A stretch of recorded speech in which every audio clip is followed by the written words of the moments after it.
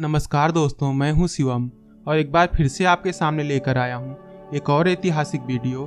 तो अगर आपने अभी तक हमारे चैनल को सब्सक्राइब नहीं किया तो चैनल को सब्सक्राइब करके बेल आइकॉन दबाना ना भूलें, क्योंकि मैं हमेशा ही आपके लिए ऐसे ही ऐतिहासिक और रोचक वीडियो लेकर आता रहता हूं। तो चलिए आज की वीडियो शुरू करते हैं। प्राचीन काल से ही यूनान यानी कि ग्रीस की सभ्यता दुनिया के सबसे उन्नत सभ्यताओं में से एक सभ्यता के रूप में जानी जाती है। यूनानियों ने अनेकों युद्ध लड़े और उनमें जीत हासिल की। साथ ही यूनान को समय समय पर काफी वीर योद्धा मिलते रहे, जिन्होंने काफी लंबे समय तक यूनान को दुनिया में काफी ज्यादा ताकतवर साम्राज्य बनाए रखा। उन्हीं ताकतवर योद्धाओं में से एक योद्धाओं के समूह स्पार्टा की बात हम आज के वीडियो में करेंगे। स्पार्टा को हम दूसरे नाम लासडेमो के नाम से भी जानते हैं। यह समाज 10वीं सदी ईसा पूर्व के आसपास एक प्रभावशाली योद्धा समूह के रूप में उभरकर सामने आया। स्पार्टन्स का मूल निवास स्थान दक्षिणी पूर्वी पेलोपोनस के लोकोनिया में यूरेटस नदी के तट पर था। स्पार्टन्स को मुख्यतः पेलोपोनेशियन युद्ध, जो कि 431 ईस्वी पूर्व से लेकर 404 ईस्वी पूर्व तक चले, युद्ध में यूनान को विजय दिलाने के लिए याद किया जाता है, क्योंकि उस समय काल में एथेंस समुदाय को यूनान के सबसे बड़े दुश्मनों में से एक के रूप में देखा जाता था। स्पार्टा के लोग यूनान में अपने सैन्य कुशलता और वफादारी के लिए जाने जाते थे। उनके समाज में बच्चे के 7 साल के होने के साथ ही उसे युद्ध अभ्यास का प्रशिक्षण देना शुरू कर दिया जाता था। स्पार्टा का सामाजिक जीवन मुख्यतः 3 समूहों में विभाजित किया गया था, जिसमें के सबसे ऊपर आते थे स्पार्टन्स, जो कि सीधे तौर पर स्पार्टा राज्य के प्रशासनिक कार्यों को देखते थे और समाज से जुड़े हुए सभी बड़े फैसले लेने का हक उनके पास ही हुआ करता था। स्पार्टा की सामाजिक व्यवस्था में दूसरे नंबर पर आते थे पेरोकियन, जो कि युद्ध और राज्य की रक्षा का जिम्मा संभालते थे। जन्म के साथ ही एक योद्धा के रूप में इनका पालन पोषण किया जाता था। स्पार्टा समाज में सबसे निचले समाज को हेल्टास के नाम से जाना जाता था। यह मुख्यतः खेती करते थे। यह स्पार्टा समाज का सबसे गरीब तबका था, जिसके पास खुद की जमीन तक नहीं थी। स्पार्टा समाज की महिलाओं को अन्य यूनानी महिलाओं की तुलना में काफी ज्यादा स्वतंत्रता प्राप्त थी और उन्हें पढ़ने लिखने की भी पूरी आजादी दी गई थी। साथ ही भले ही वो सीधे तौर पर युद्ध में कभी भाग नहीं लेती थी, लेकिन उन्हें युद्ध कला का भी प्रशिक्षण दिया जाता था, ताकि समय आने पर वह खुद की रक्षा कर सकें। स्पार्टियन समाज को लेकर एक बात काफी ज्यादा प्रसिद्ध है, लेकिन यह बात कितनी सही है, इसकी पूर्ण रूप से कोई ऐतिहासिक जानकारी नहीं मिलती है। ऐसा कहा जाता है, जब स्पार्टा समाज में कोई बच्चा पैदा होता था तब उसके स्वास्थ्य की जांच की जाती थी।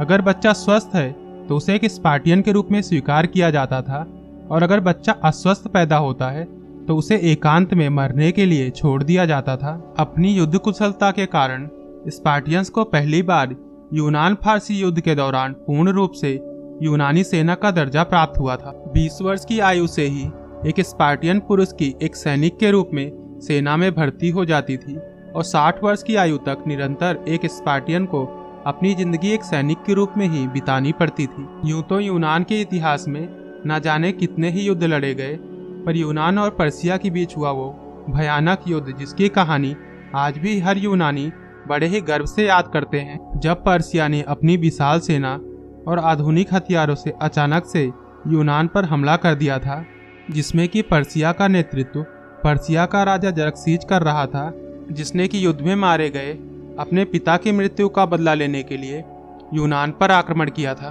और उसके विशाल सेना का सामना करने के लिए स्पार्टन्स के राजा लियोनेडिस के पास उस समय सिर्फ 300 सैनिकों की टुकड़ी थी।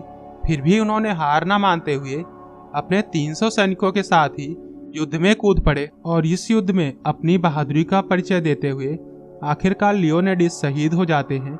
लेकिन स्पार्टन्स के खाली 300 सैनिकों ने जिस तरह अपने बहादुरी का परिचय देते हुए इस युद्ध में विजय हासिल की, और युद्ध में जिस प्रकार पारस की विशाल सेना का कत्लेआम किया, वो देखकर लोगों की रूह कांप उठी थी। इस युद्ध के समाप्त होने के बाद युद्ध के मैदान में ऐसा लग रहा था जैसा कि चारों तरफ खून की नदियां बह रही हों, और खून की महक को तो साफ तौर पर सूंघा जा सकता था। और इस घटना के बाद भी स्पार्टन्स ने अनेकों लड़ाइयां लड़ी, और स्पार्टन्स का वर्चस्व न खाली यूनान बल्कि यूनान के आसपास के भी राज्यों में कितने ही सालों तक बरकरार रहा।